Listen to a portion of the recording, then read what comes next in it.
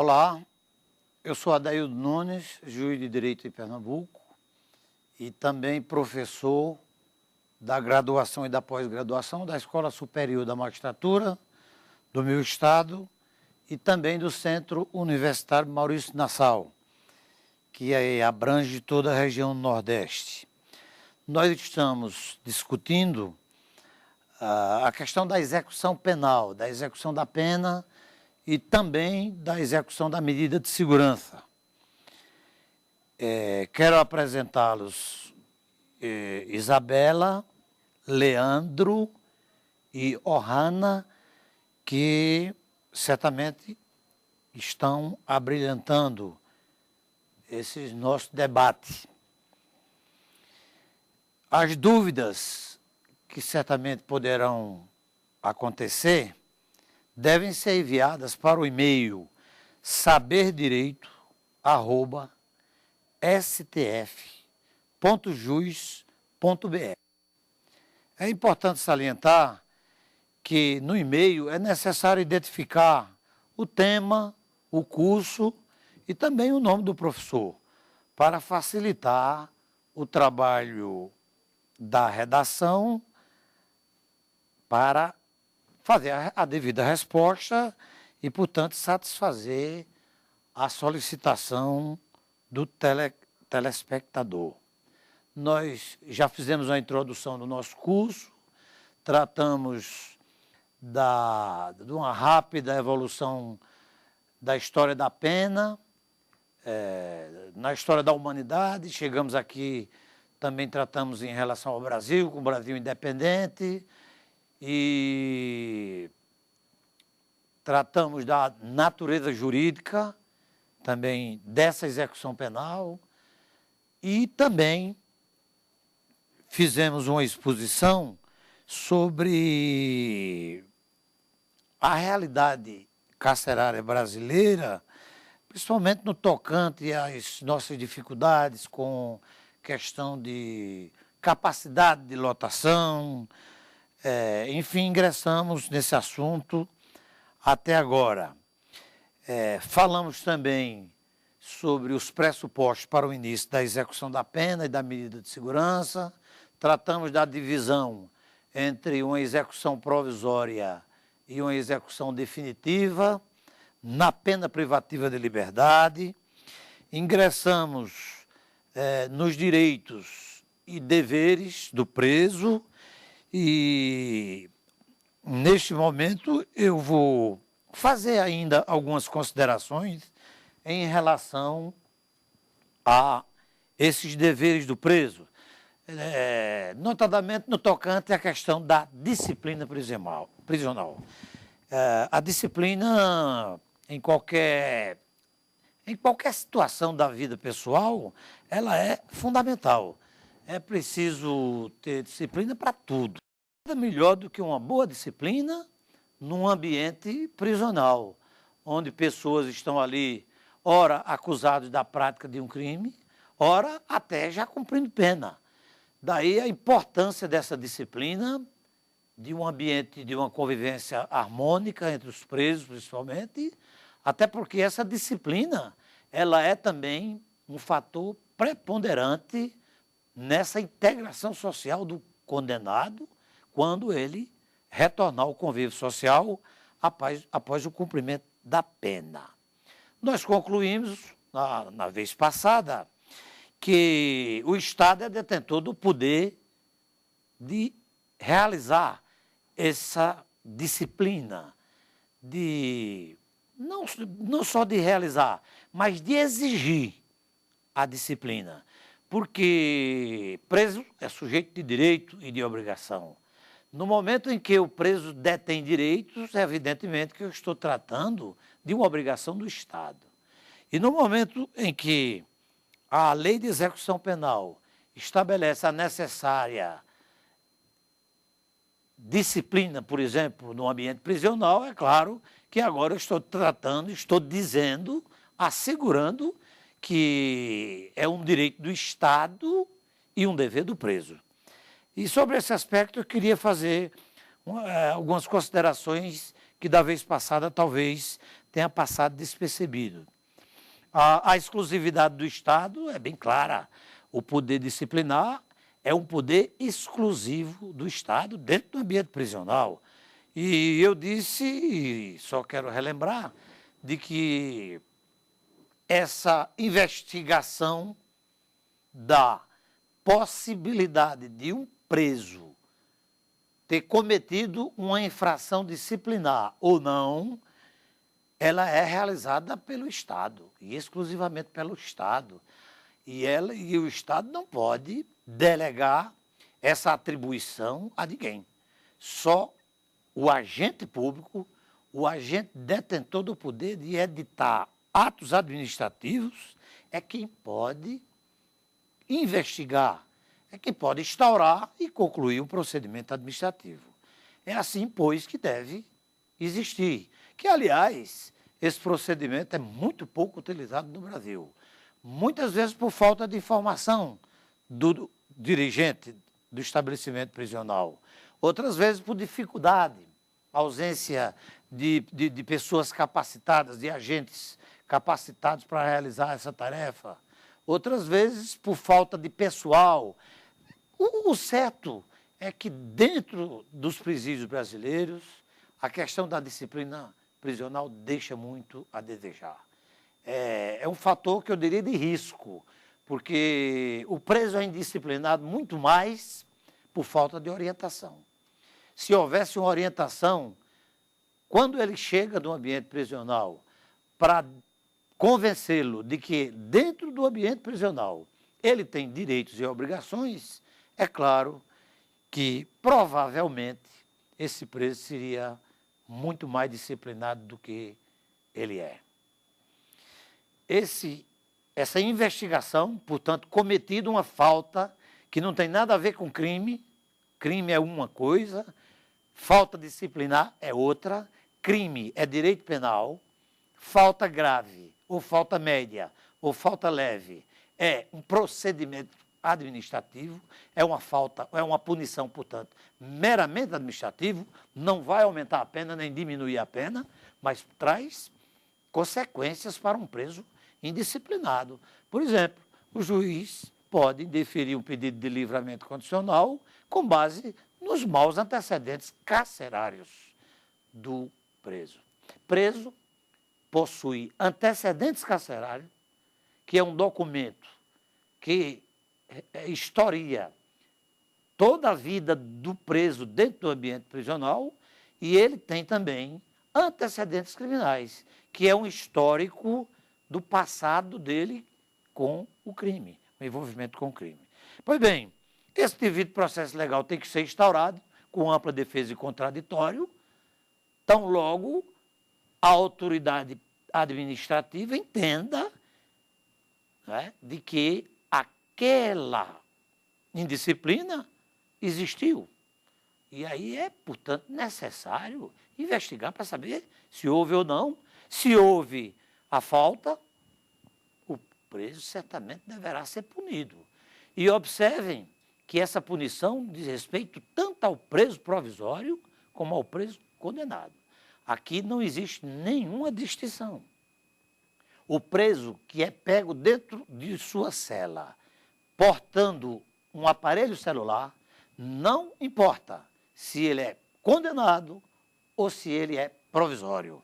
Ele estará cometendo uma falta grave.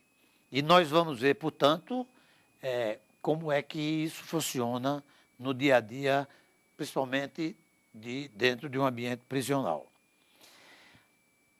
É do Estado esse poder disciplinar, e é por isso que ele, Estado, tem limites, como tudo na vida.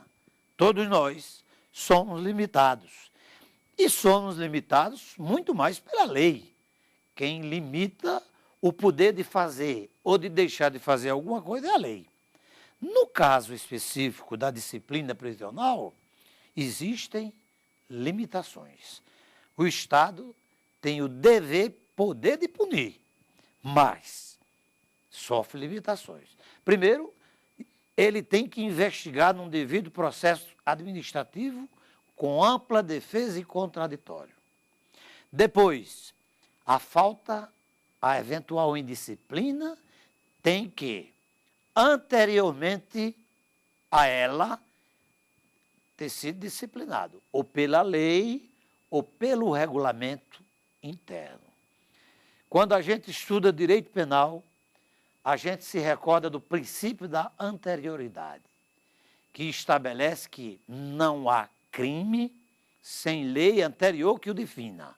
E também não pode haver pena sem prévia cominação na lei. É muito parecido o princípio da anterioridade no tocante à execução da pena, que, aliás, está definido no artigo 45 da Lei de Execução Penal, porque o que modifica é que aqui a falta disciplinar pode ter previsão em um regulamento, em uma instrução normativa, em uma portaria do diretor. Mas, evidentemente, que eu estou tratando de uma falta média ou leve, porque existem 3 tipos de faltas: a grave, a média e a leve. E a Lei de Execução Penal já estabelece as causas da falta grave. Significa dizer que os estados não podem legislar sobre falta grave. Por quê? Porque a própria Lei de Execução Penal estabelece que somente a União pode legislar sobre falta grave.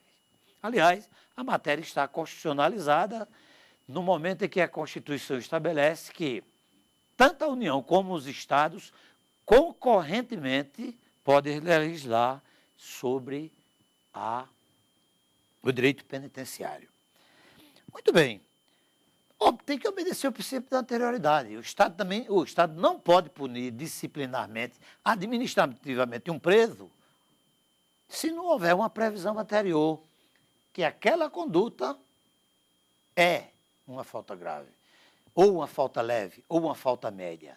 Se omissa na lei essa falta, ou se omissa no regulamento, é claro que o Estado não vai poder realizar a punição, porque, de acordo com o artigo 45 da LEP, para existir a falta, é necessário que anteriormente àquele fato, exista uma lei ou um regulamento prevendo aquela conduta indisciplinar.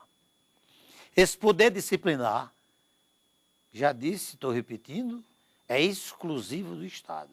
Ele não pode delegar ao particular. Daí porque aqui está a primeira dificuldade para uma privatização total do sistema prisional ou de um presídio, como muita gente imagina. Primeiro, é impossível privatizar, porque a direção do estabelecimento prisional tem que ser um agente público. Porque aquela pessoa que está ali recolhida está por força de uma decisão do Estado, uma decisão judicial. E, portanto, não posso entregar a direção do estabelecimento prisional, por exemplo, para ele fiscalizar o cumprimento de uma pena, quando aquela pena foi fixada pelo Estado juiz, pelo Poder Judiciário.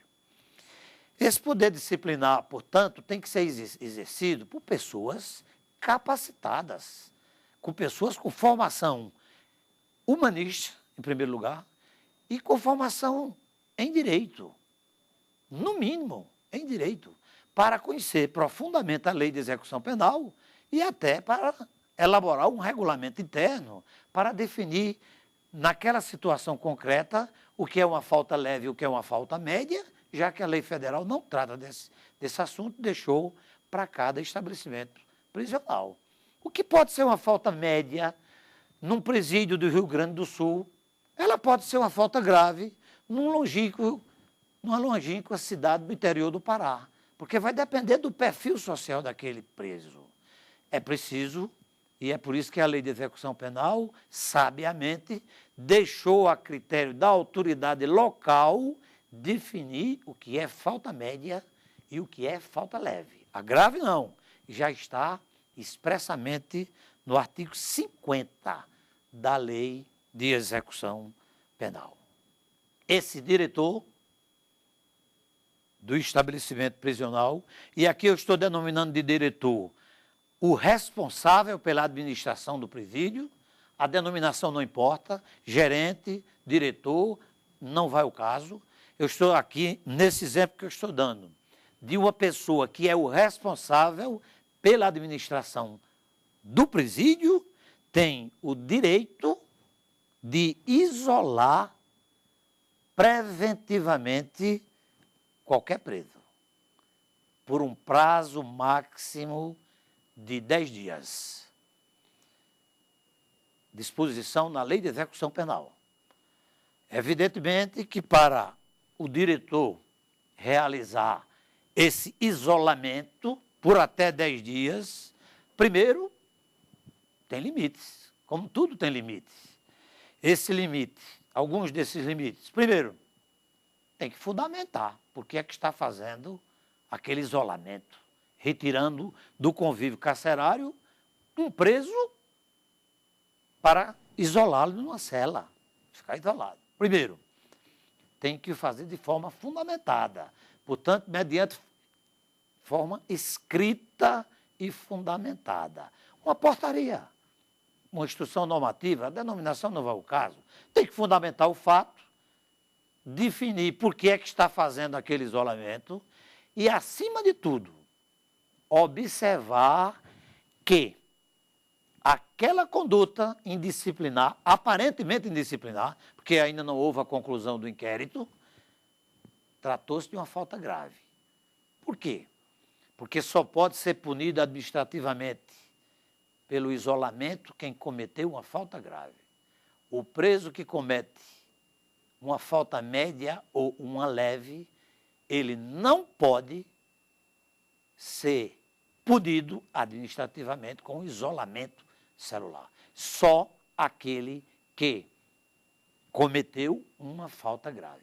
A lei, portanto, para evitar algum tumulto dentro do presídio, que certamente pode existir, para evitar, até para preservar a segurança pessoal do preso, dá ao diretor do estabelecimento penal a oportunidade dele isolar preventivamente, olha, sem a participação de juiz nem de promotor. Aliás, nesse procedimento administrativo, o juiz de execução penal exerce apenas o controle jurisdicional daqueles atos administrativos. Não há uma participação direta nem do juiz e nem do promotor, e nem tampouco este procedimento administrativo é parte integrante do processo de execução penal que se desenvolve na vara de execução.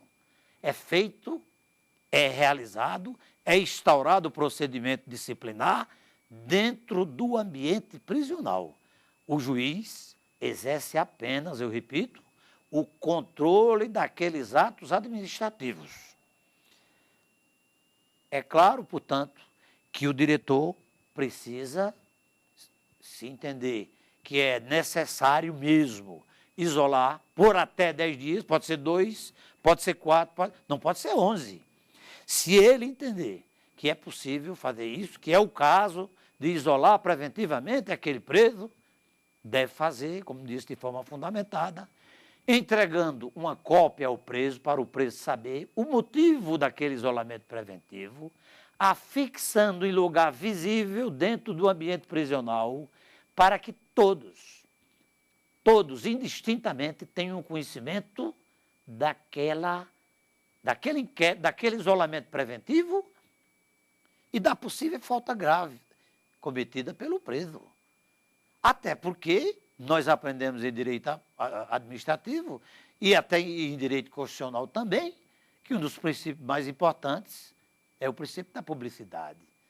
Portanto, é necessário que a autoridade pública afixe em lugar visível cópia daquela decisão sua que isolou um preso por até 10 dias.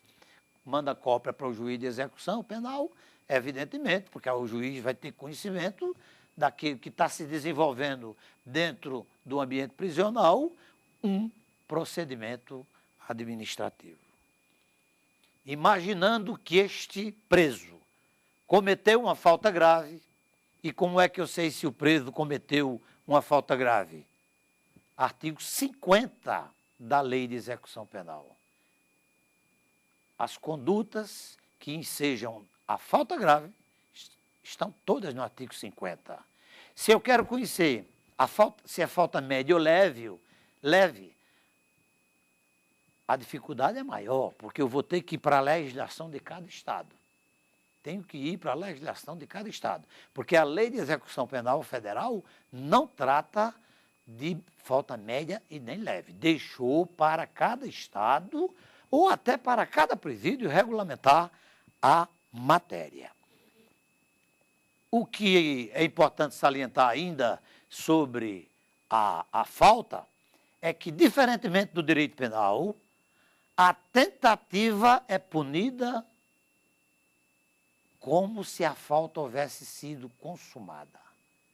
Nós aprendemos em direito penal que a punição pela tentativa do crime, ela é computada com base na pena do crime consumado, reduzida de 1 a 2/3. Há uma redução. Aqui não, do procedimento administrativo, tanto faz fugir, que é uma falta grave, como tentar fugir. A punição é a mesma. Portanto, a questão da tentativa no mundo da disciplina prisional é diferente. As sanções que podem ser aplicadas ao preso, eu já tinha dito, estou apenas repetindo: a advertência, repreensão, restrição de direito, isolamento e RDD, que é o regime disciplinar diferente. Se você me perguntar, por exemplo, se o preso cometeu uma falta grave, que tipo de sanção eu posso aplicar? Qualquer uma dessas. Qualquer uma dessas. Nada impede, portanto, que um preso cometa uma falta grave, por exemplo, uma tentativa de fuga, e a punição seja de advertência. Eu tenho que analisar as circunstâncias, o passado daquele preso, como foi aquele preso, como é aquele preso no tempo, ao longo daquele período que ele ficou dentro daquele estabelecimento prisional. A advertência difere da repreensão, a advertência é feita de forma verbal, não há necessidade de nada escrito, enquanto a repreensão exige a forma escrita. A restrição de direito depende do regulamento interno de cada prisão, mas eu posso sim, até 30 dias, por exemplo, restringir o banho de sol do preso.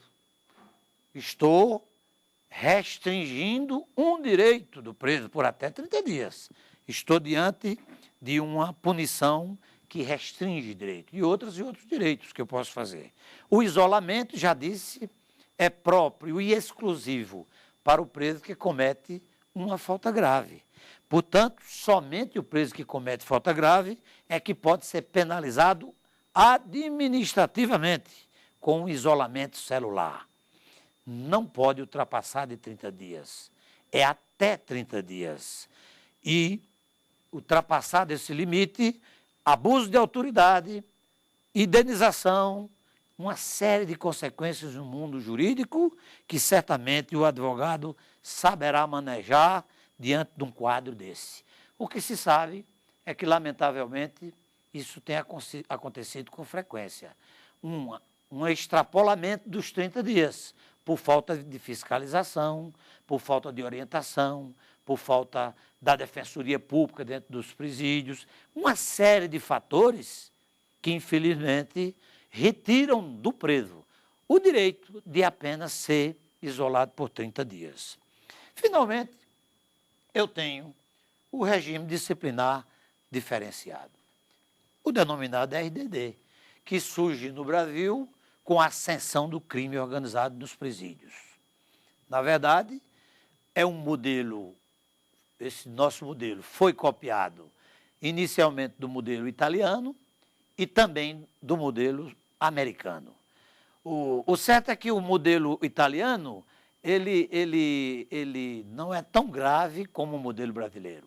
Na verdade, nós criamos o nosso RD com a rigidez muito mais profunda.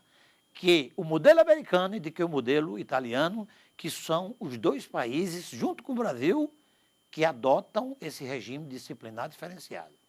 Surge com o episódio de São Paulo.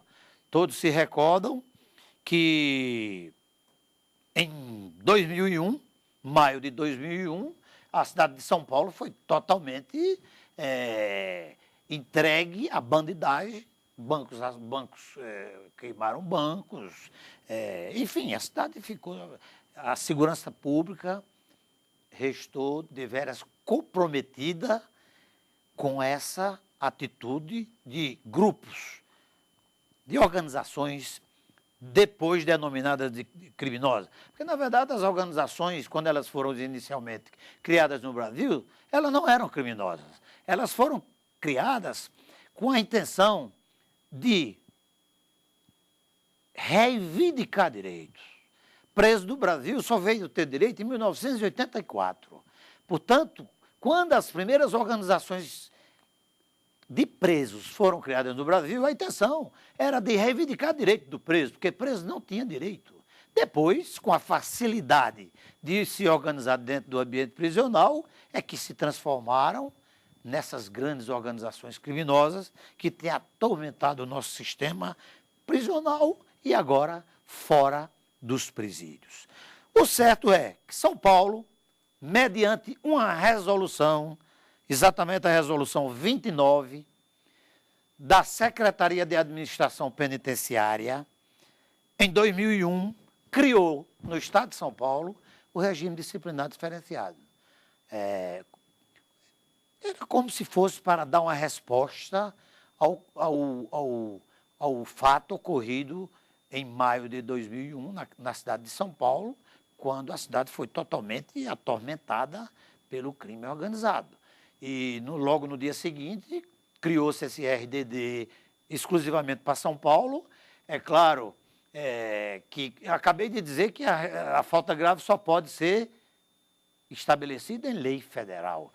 Estamos vendo logo aqui que essa resolução 29, era absolutamente inconstitucional, mas entrou em vigor e, aliás, ela foi, durante o tempo que durou, relativamente boa com o que veio em 2003 com a Lei 10.792, porque aí outros fatores, a ascensão cada vez maior do crime organizado, fizeram com que a Lei 10.792 de dezembro de 2003 entrasse em vigor e é a lei que está em vigor, que alterou a Lei de Execução Penal e hoje está em plena vigência, que surgiu, evidentemente, com esse intuito de conter o crime organizado. E a grande pergunta que se faz é: conseguiu reduzir o crime organizado? O RDD conseguiu reduzir esse universo do crime organizado? É claro que não. Há quem diga que o RDD nada mais é do que um retorno à fase em que a pena era um castigo. Eu estou lá até a Revolução Francesa. Era a denominada fase que Luiz Flávio Gomes denomina de fase do direito penal do terror. A cópia maior desse direito penal do terror, castigando fisicamente e moralmente o preso. Aliás, castigando até o provisório, que foi, ao meu ver, um dos maiores erros dessa Lei 10.792, foi estabelecer uma punição drástica, uma punição extremamente gravosa para qualquer ser humano. Todo mundo sabe que se alguém comete um crime grave, a punição tem que ser grave, a pena tem que ser grave. Quem mede, portanto, a periculosidade do agente ou o tipo de crime cometido é a pena. É por isso que existe a pena mínima e a pena máxima.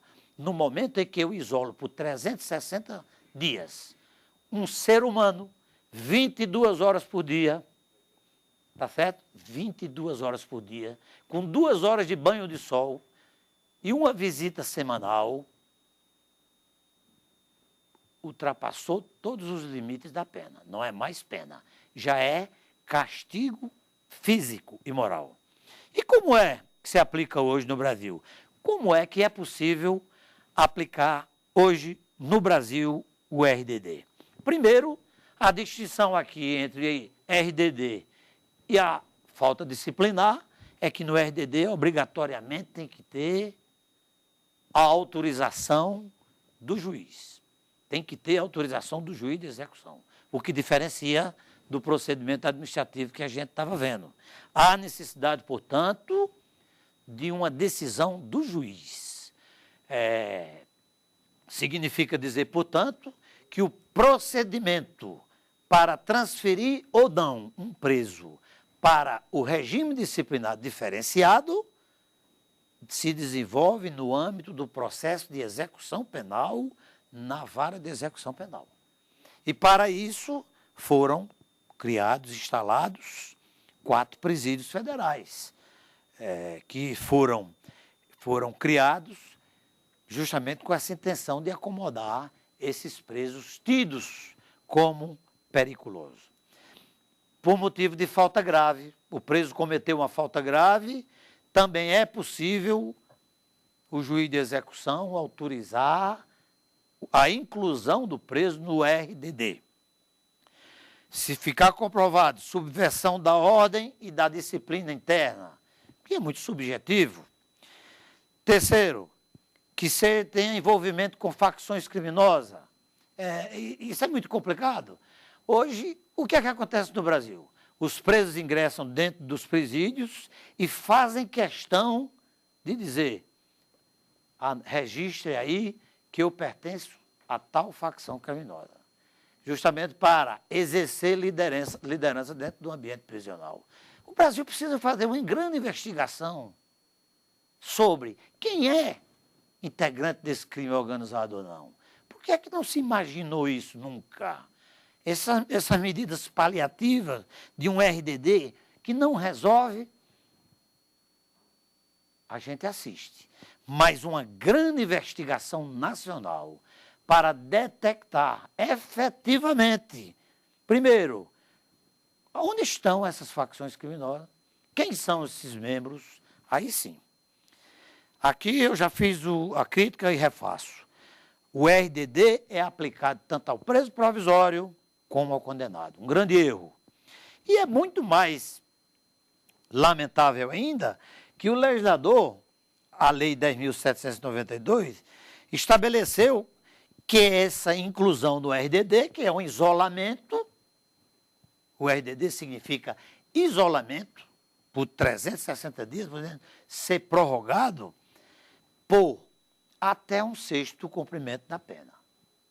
Está na lei. O que é que significa dizer? Significa que um preso provisório, ele pode se eternizar no RDD. Porque ele tem que sair do RDD quando ele completar um sexto cumprimento da pena. O que é que eu estou querendo dizer? É que se ele não foi condenado, não existe um sexto. Eu vou calcular o sexto de quê? Se ele é provisório. Significa, portanto, de que se o preso for provisório, ele pode sim se eternizar no RDD, porque a lei simplesmente só restringiu a inclusão do preso quando ele completar um sexto do total da condenação. Cela individual, visita de até 2 pessoas, 2 horas, uma vez por semana, um banho de sol de 2 horas, a notícia de que o banho de sol, se chover, não tem banho de sol. Portanto, o modelo não era para ter ingressado no Brasil, não vejo como forma de reprimir o crime organizado. Acho que o crime organizado precisa primeiro ser investigado. Depois da investigação, é que esse país precisa tomar atitudes no sentido de acabar, não consegue mais, mas no mínimo de reduzir o crime organizado que tem tomado conta das ruas e das grandes e médias cidades, como é o caso do Rio de Janeiro, onde praticamente nas grandes favelas o Estado não tem poder de mando.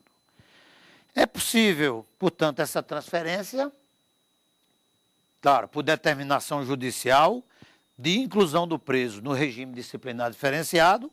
Isso está regulamentado pela Lei Federal 11.671 de 2008. A matéria também foi regulamentada por decreto, mas aqui você vai encontrar todas as condições e requisitos para que um preso, seja provisório ou condenado, possa ser transferido para o regime disciplinar diferenciado. Por último, eu queria, a título de ilustração, dizer que no estado de Pernambuco, os 2 juízes de execução penal lá existentes declararam a inconstitucionalidade do regime disciplinar diferenciado com base em violação à dignidade da pessoa humana. Mas, evidentemente, que vamos aguardar ainda uma ação direta de inconstitucionalidade que tramita no Supremo Tribunal Federal, porque definitivamente esse assunto vai ser resolvido. Claro, se o Supremo disser que o RDD é constitucional, evidentemente que a partir de então todos os juízes desse país terão que adotar o mesmo critério fixado pela nossa Corte Maior. Essas algumas considerações que eu queria fazer em relação a esse tema, e agora, com muito prazer, eu entrego a palavra aos colegas Isabela, Leandro e Johanna, se quiserem aproveitar a oportunidade sobre um tema tão, um tema importante, não há dúvida nenhuma, porque é um modelo que o Brasil resolveu, não copiou nem o modelo italiano nem o americano, resolveu fazer um modelo totalmente diferente e quem sabe até que seja por isso que aqui não tem dado certo. Aliás, os presídios federais que foram criados e inaugurados no Brasil, para 208 presos, nós temos 4 presídios em pleno funcionamento. Se tiver 400 presos, nos 4 presos tem muitos. Isso prova de que o nosso problema não é RDD. O nosso problema é falta de punição a todos indistintamente. O problema, na verdade, não é RDD. O problema é que nós não estamos punindo a todos. O que reduz a violência é a certeza da punição. Não é a lei penal boa, não é a lei penal ruim, não é um presídio bom, não é um presídio mau, não é... Algumas coisas ajudam.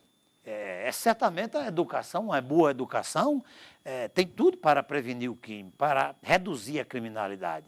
Mas eu ainda acho que o que mais faz reduzir a criminalidade é a certeza da punição.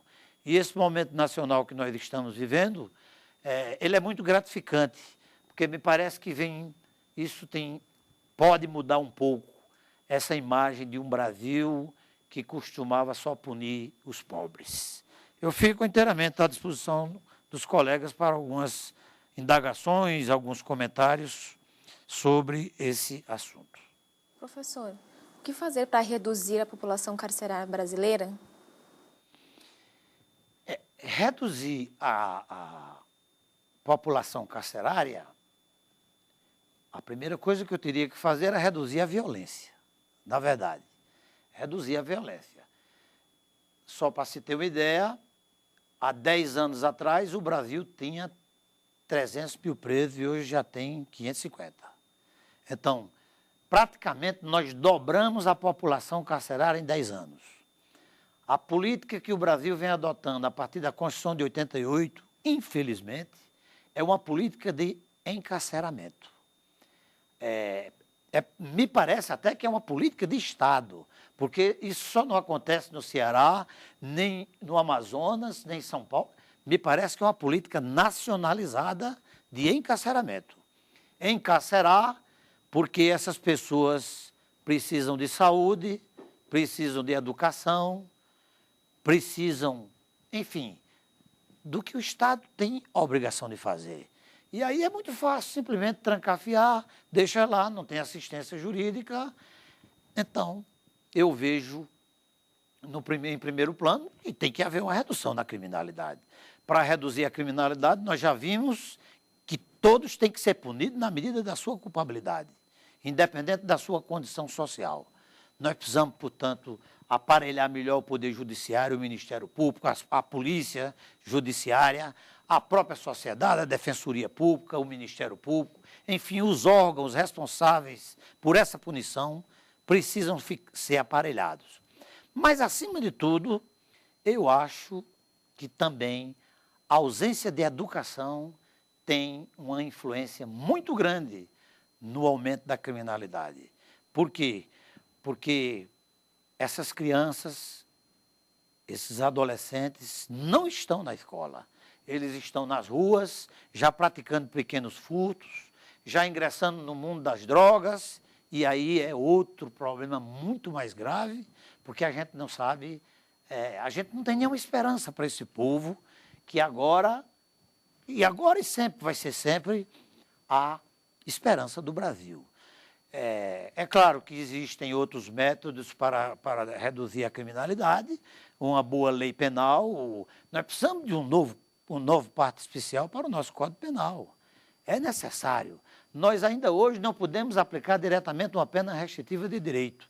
Temos que aplicar uma pena privativa de liberdade para logo em seguida substituir, converter de uma restritiva de direito. Por quê? Porque a nossa lei é de 1940. Nem se falava em pena restritiva de direito. Existem, portanto, o tempo seria muito pouco, Isabela, para tratar, aliás, Hanna, para tratar de toda essa questão, mas eu diria que, primeiro, precisamos punir a todos indistintamente na medida da sua culpabilidade. A certeza da punição, ela tem que existir. As pessoas têm que entender que, se avançar um sinal, tem que ser punido. As pessoas têm que entender que o Estado tem a obrigação de oferecer, principalmente à classe menos favorecida, educação, saúde, trabalho e dignidade acima de tudo. Portanto, eu ficaria por aí, porque o assunto seria muito prolongado. Tem uma pergunta, professor. Pois não. A Lei de Execução Penal de 84, ela é eficiente? Na verdade, Leandro, eu não conheço ninguém que não faça elogios à nossa Lei de Execução Penal. Não conheço. Aliás, desde a sua aprovação, desde 1984. Primeiro, nós inovamos, já tratamos disso em aulas passadas, mas só relembrando, nós inovamos na medida em que, pela primeira vez na história da América Latina, nós assumimos que é necessário recuperar o criminoso. Isso é fundamental. Depois, nós criamos um modelo misto de executar penas, entregamos uma responsabilidade a cada um desses órgãos que foram criados, com essa perspectiva de que cada um fizesse a sua parte e, ao final, portanto, nós tivéssemos uma boa execução penal. As pessoas de fora que vêm ao Brasil e têm acesso à nossa lei de execução penal, unanimemente elogiam a nossa lei. E até dizem, mas por que vocês têm uma lei tão boa e quando a gente vai no presídio a coisa não funciona? Não é assim. É outro problema, é falta, nós sentimos muito isso no dia a dia, a ausência da aplicação da lei. A lei é boa, evidentemente que aqui e acolá precisaria fazer alguma modificação. Ela vem sendo feita aos poucos, nós estamos, em média, 4 vezes por ano, o Congresso Nacional tem aprovado novas leis, tem aprimorado a nossa lei de execução penal, só que não adianta eu dizer que é necessário construir presídios federais para acomodar presos perigosos e essas prisões não são construídas. Então, a diferença a diferença está que a lei é boa, mas ela não é autoaplicável. E aí essa dificuldade é muito grande, que nós só vamos vencer com a educação. Acho que a educação é a base de tudo para que as pessoas entendam que é preciso cumprir a lei e que ninguém está acima dela. É preciso também raciocinar nesse sentido. Ainda há uma tendência natural de muitos de entenderem que podem passar por cima da lei e não é esse o modelo ideal de uma boa convivência social. Em relação à superlotação dos estabelecimentos prisionais, em que o CNJ tem contribuído para reduzir a quantidade de presos? O Conselho Nacional de Justiça, certamente, nos últimos 20 anos, foi uma das coisas mais importantes que já aconteceu na justiça brasileira. O CNJ veio para inovar profundamente, para fazer sugestões extraordinárias. No campo, por exemplo, do sistema carcerário brasileiro, que foi a pergunta que você me fez, existe uma atuação constante do CNJ em relação a esse problema. Foi criado um monitoramento exclusivo, 24 horas monitorando todo o sistema carcerário brasileiro, um sistema complexo, com 550 mil presos, com presos que estão em delegacias de polícias, que não estão registrados, que ninguém sabia que eles estavam lá. Muitas vezes o juiz da comarca não sabe que aquela pessoa está detida. Pois bem, com essa dificuldade toda, o CNJ tem prestado relevantes serviços ao sistema carcerário nacional. Todo mundo elogia a participação do CNJ e eu tenho feito isso sempre que posso, porque acho que o Brasil é outro a partir da criação do CNJ e com essa atuação no sentido de orientar, principalmente, de orientar os juízes, principalmente os juízes, não de como fazer, mas no sentido de padronizar, porque o sistema carcerário é um só. Então, essa padronização para que, da mesma forma que um preso seja tratado no Piauí, ele seja tratado no Rio Grande do Sul, isso é muito importante, até porque a lei é uma só. Tem que ser aplicada tanto ao preso do Piauí como ao preso do Rio Grande do Sul. Então, é de se elogiar a atuação do CNJ e as suas resoluções têm contribuído demais, suas portarias, seus encontros, quase que, no mínimo, uma vez por mês se reúne, juízes de execução penal, promotores, defensorias públicas, enfim, todos os responsáveis por essa execução penal. Eu me sinto, portanto, muito gratificado por achar também que o CNJ veio para ficar e tem prestado relevantes serviços à justiça brasileira e principalmente no âmbito do seu sistema carcerário. De forma bastante resumida, demos nesse momento algumas noções, até recapitulamos algumas noções sobre a disciplina prisional, que considero da maior importância, abordamos o tema do regime disciplinar diferenciado, fizemos algumas críticas. É claro que o RDD, que é possível aprimorar de outra forma, não castigando fisicamente nem moralmente quem quer que seja, porque a pena é a perda da liberdade.